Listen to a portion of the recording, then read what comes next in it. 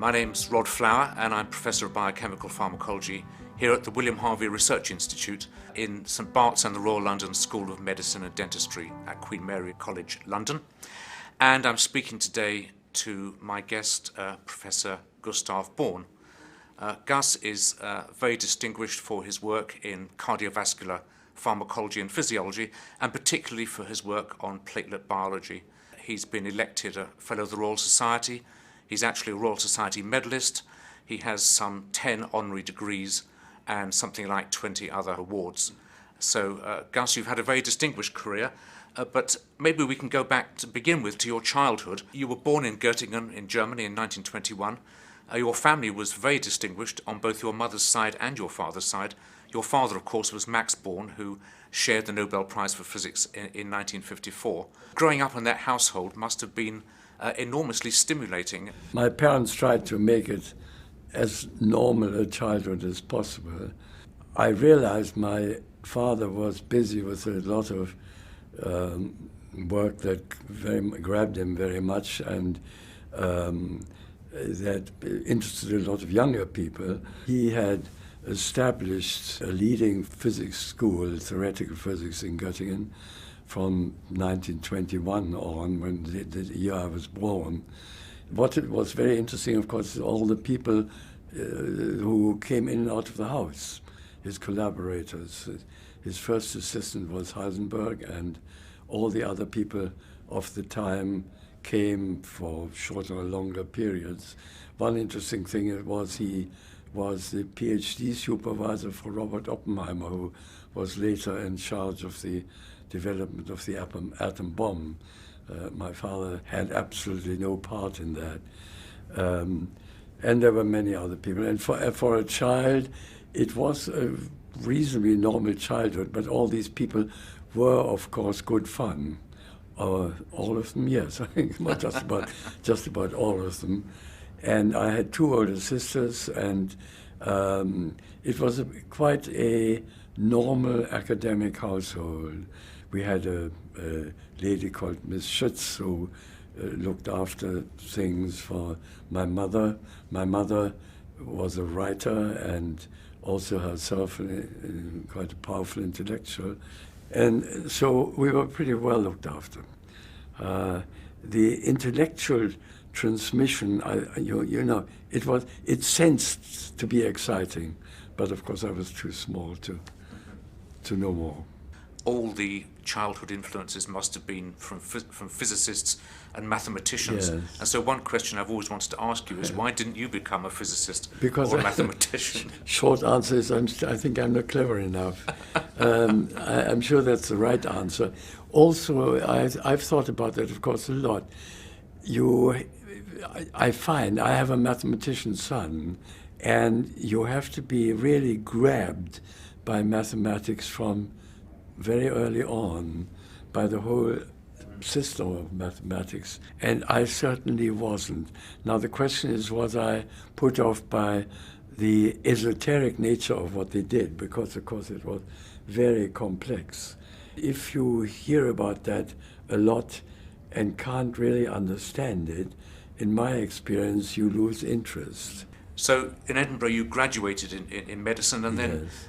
then the war came. You served in the war Yes. in the Royal Army Medical Corps, Yes. didn't you? And you saw action all over the world, but I think you had some experiences in the Far East, Yes. which triggered off one of your major lifelong Yes. interests. So maybe Yes. you could tell us about your experiences in Japan. I was in the RAMC for nearly 4 years on active service in the Far East.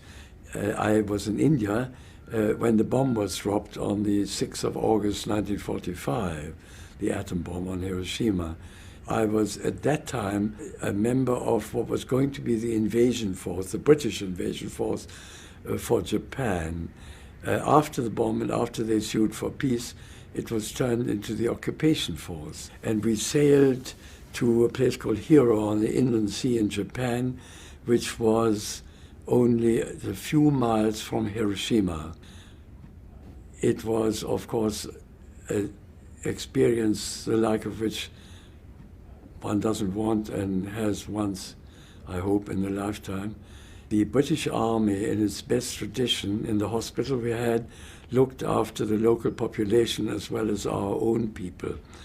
And an Australian battalion, we had that too. And amongst the patients, the people whom we had to look after, were hundreds of Japanese who had survived the bomb from around Hiroshima, but who were bleeding unstoppably. And they were bleeding from all parts of the body, into the skin, the mucous membranes, internally. I knew that that was from thrombocytopenia, from a lack of blood platelets. Platelets are little cells in the blood which are designed to stop small hemorrhages all over the body. And they had lost those because the radiation from the bomb had destroyed the cells in the bone marrow. That, of course, was another deep impression and interested me greatly. And you're quite right in saying that was one of the starting points of my later work. But when you came back to the UK, you went to Oxford, didn't you? And you were working then with Florey in the William Dunn school in Oxford. So that was, again, a bit of a change for you, especially after seeing action in the Far East in the army. Florey was an extraordinary character in lots of ways. He must have left a very deep impression on you also. Florey brought me to Oxford, essentially. I was a very, very shy person when I came back, because I knew I just had this crude medical degree from Edinburgh. Perhaps crude is the wrong word, but unscientific medical degree from Edinburgh. And, I wanted to get into research. So I wrote to Florey, and he said, yes, spend a year in London on a course, which I did. And then he accepted me at the Dunn School, where the penicillin came from. Of course, Howard Florey was the man who turned Fleming's discovery into the drug. And he shared the Nobel Prize with Fleming and with Chain. And he was a most marvelous man, one of my heroes. He said, look, I don't know much biochemistry. I'll send you to somebody else. So my supervisor was, I think I better leave him nameless, for the reason that the supervisor was not good, to put it no higher. And it was because of that a rather miserable time, the 3 years. During that time, I had at least one very good idea, the idea of autoimmunity, but I don't elaborate about that. I actually had that idea, but my supervisor said, don't talk rubbish. And I was demoralized when I'd finished. I got my DPhil. Florey said, look, I've observed all that. Don't be discouraged. He sent me to a unit that he had essentially created, the toxicology unit of the Medical Research Council. I did my first piece of independent work there, looking at pulmonary edema, which was an interest of mine from before, and doing some biochemical work on that.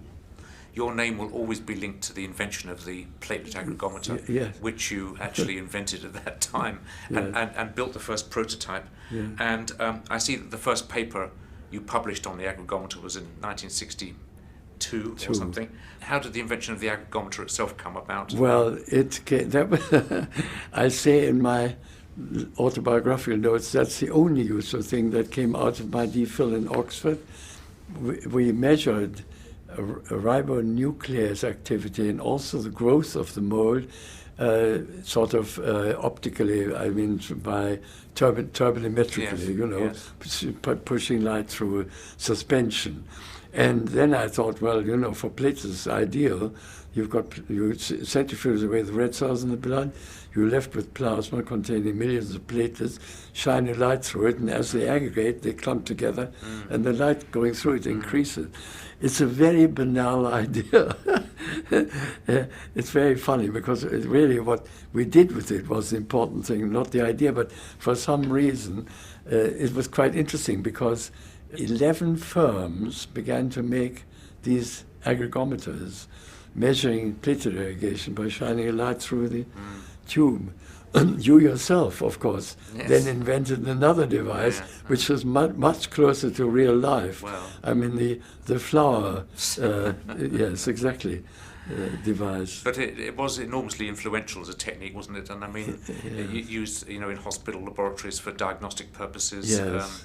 And as we often discussed before, it was the first example, I think, where you could actually do single cell pharmacology on human cells. That's right. Ever, because Yes. platelets are easy to prepare. Yes. In a very, very pure in a pure form. suspension. So Yeah. and you can do it in a quarter of an hour.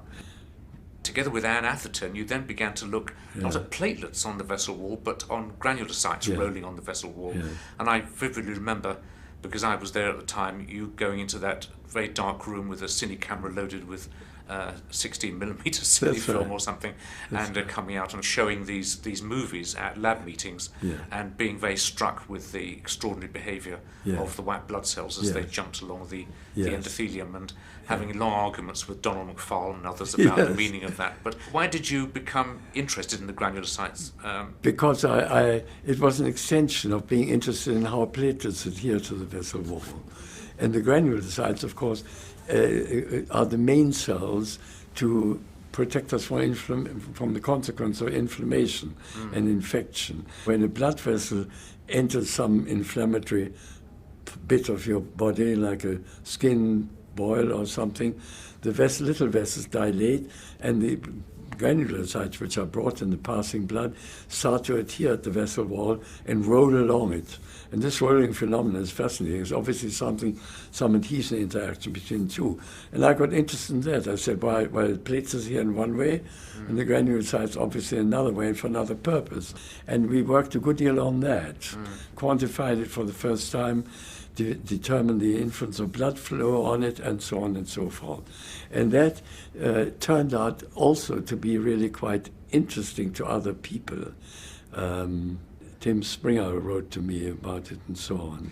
Well, it's become a very widely adopted technique all over the world now. And I mean, I that's suppose another, so, yes. You should have patented the white cell rolling device as well as the... Well, you didn't patent the aggregometer, actually. No, may I quickly tell you why I didn't patent the aggregometer? Please do. The simple reason was it didn't occur to me. I mean, it was such an idiotically simple device. Who would be interested apart from ourselves? I remembered also, probably in retrospect, Florey, who didn't patent penicillin, he taught all his young men, look, you don't patent things that are of use in medicine. You don't do that. And that's one of the things I admired him for. Yes. So I didn't patent it. We didn't patent anything in my career. I first met you in 1967, and I remember being interviewed by you for a job as a technician, but you set a very good example to me, because you interviewed me while you were doing an experiment at the aggregometer with your technician, Peter Poon, and I remember thinking at the time, this is really something for a head of a department or a professor to be actually doing an experiment. And so I always quoted that example to my students. But actually, if you look back on the Royal College of Surgeons years, you and John, between you, had fostered in some way a particularly productive department, and the atmosphere was lovely. Everyone got on. I mean, we had no serious disagreements or rows. In terms of scientific output, it was really an extraordinary time. I mean, how do you rationalise that? I mean, what was the reason for it? Looking back, do you think? Both John and I were profoundly interested in what we were doing. Both of us had sort of careers to make, but that wasn't. I mean, we loved doing the work, and we loved the people around us. I mean, all the way from very high-powered people like yourself, if I may say so, to Scotty Fenn, our cleaning lady, who became godmother to one of our children, and to Ziggy, the Polish engineer who built the first aggregometer. And so I don't know. I think it depends on just the good fortune of good interactions and having no access to grind. It was also the right environment. The surgeons supported us. Yes. And we managed to bring money in, and in the end we produced, what is it? John got the Nobel Prize, and we had 4 FRSs, me, Moncada, and John. You retired from King's, if I can put it that way, in 1986, but your flow of publications seems to have continued unabated. So did you continue to have a laboratory there for a while? John invited me to join the Harvey. In 1990 that was, yes. 1990. He said to me over the phone, Gus, come and join us at the Harvey. We'll have fun again like we used to. And we did, actually. So I joined him at his Harvey Research Institute right here. And what were the main questions which occupied your time? Then I think we went on with the atherosclerosis work mainly. I remember you doing some experiments with catecholamines and the effect that they had on Yes, transport. exactly. We were interested and showed that catecholamines, all in real life, increase the rate at which LDL gets into artery walls in the carotids without raising the blood pressure significantly. We followed this up in various directions because, of course, it's important. Excitable people, do they get their ather early because of that? Or, on the other hand, people who exercise a lot also produce a lot of catecholamines. So, anyway, the fact stands that very low concentrations of both noradrenaline and adrenaline increase significantly the rate of entry of LDL. These are rather nice experiments. I will look them up again now. You also revisited your work on sialic acids, didn't you? We got interested in the question. I began to work with Professor Michael Freneau, who was Professor of Cardiology in Birmingham, whom my wife and I had met in Australia first. And we liked each other very much, and I thought he was absolutely brilliant, a clinician, the brightest clinician, young clinician I can remember.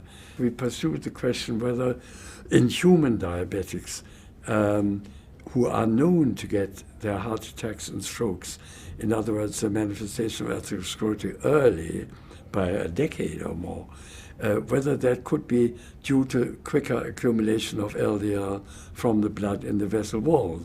And right enough, we have a paper now in the press, I think by now, which shows exactly that in human patients, in human experiments done in Birmingham on type 2 diabetics, all of whom have fewer sialic acid surface charges on their endothelial surface on the arteries, and who are liable to have diabetes early, and who, in whom therefore the cholesterol accumulates faster in the walls. So that's as a clinical, experimental clinic. It's nice to see that idea reaching that level of maturity over the years. And now, of course, it begs the question, what causes the decrease in, Indeed. The sialyl proteins? Is a defect in the biosynthesis or what? We've started to go for that. And again, nothing to do with platelets, granulocytes, or vessel walls, but you became interested in cancer, yes, didn't you? And you actually were able, and you just had a paper published actually, detailing the results of some investigations into an idea which you probably had years and years ago, but you only found recently a collaborator to help you out. So tell us a bit about that. Yes, it's, I can put it very briefly this way. Florey interested us in everything. Cancer, what have you, malnutrition, you name it. All of us, Jim Gowans and I and all the others, remain deeply interested in all these things. And then one day, now, I've just found the original correspondence. I originally had this idea apparently already in the mid-'80s, in a letter to Peter Alexander in New York. I said, why don't muscles get metastatic cancers? Well, then I forgot about it, other things to do. But then in 2002, I thought about this again, thought about it seriously. Isn't that an interesting thing? Women with breast cancers, men with prostate cancers, etc., the secondaries which kill people go all over the body, to the lungs and the livers and the kidneys and what have you, but they don't go to our muscles. And muscles altogether make up 40% of the entire body mass. So why not? What protects muscle? How do they protect themselves? I got together with a friend of mine, Ian Hart. He and I wrote an application together, a grant application, and we got £100,000 from the Garfield Weston Foundation to start this off. I went to see Stu Aronson, a very well-known cancer researcher, director of the famous cancer research labs at Mount Sinai. And he got very interested. And one of his younger co-workers, David Sassoon, he worked on it for a year or two in New York, but he'd accepted an invitation to Paris, where he is now at the Hôpital Salpêtrière with his team. Most of my money has gone to him. And so he worked brilliantly on this thing. And now, as you say, a couple of weeks ago or so, our first big paper has come out on this. And the short answer is yes, there is something different in muscle. This is in mice. Mice behave the same as us. Secondaries don't go to muscles, but mice have breast cancers and other cancers which spread. The first paper shows that in mice, like as with us, muscles seem to be sort of immune from secondary malignancies. Extraordinary. Very interesting. And of course we're a bit further on and we're discussing what to do next. Gus, that probably brings us up to date with your very long and distinguished career. But what I'd like to ask you, just to finish with, really, is if you were giving advice to young people starting out in science, what would you say to them? I mean, what are the most important attributes of a scientist, do you think? Curiosity is really the most important thing, and a strong desire to do research, to try and find something out. Whatever has grabbed you as a student, and really all medical and science students, they get interested in something or other, sometimes very much so, very deeply. And it's very important to keep those interests very much in the forefront of your mind. But there's a second piece of advice. Then when you have a chance of working in research, who you work with is much more important than what you are working on. I speak from experience, and I think that was my father's success. People came to him from all over the world because they admired the way he behaved and did things. I think that's the important thing, really. And now we live in a climate where money is much shorter, and that's pretty sad. But we never had much money, you and I, but just enough to enjoy ourselves. Professor Born, thank you very, very much indeed. It was a pleasure talking to you.